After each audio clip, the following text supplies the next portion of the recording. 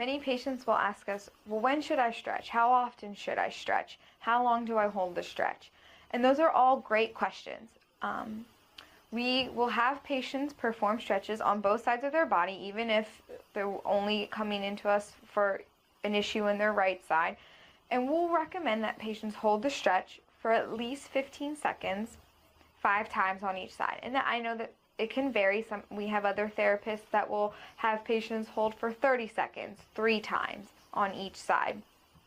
The other important thing for stretching is that stretching should never be painful. You should feel the stretch, whether you're stretching your hamstring, your quad, but you should never be pain, and it should never reproduce your pain. If you do feel that you've crossed that line from stretch to pain, just back out of that stretch until the pain goes away.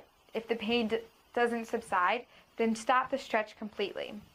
Another question is, well, how many times a day do I stretch? I'll tell patients you can never stretch enough. Stretching is great, but I know that we're all busy, so I say 3 times a day. First thing when you wake up in the morning, stretch.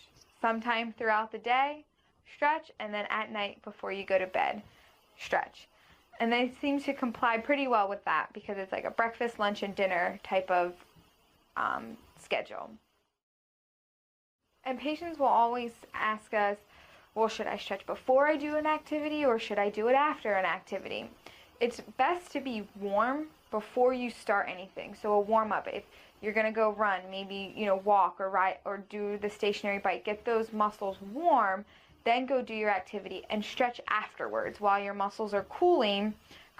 That's when you should stretch, because that's going to prevent the soreness from occurring.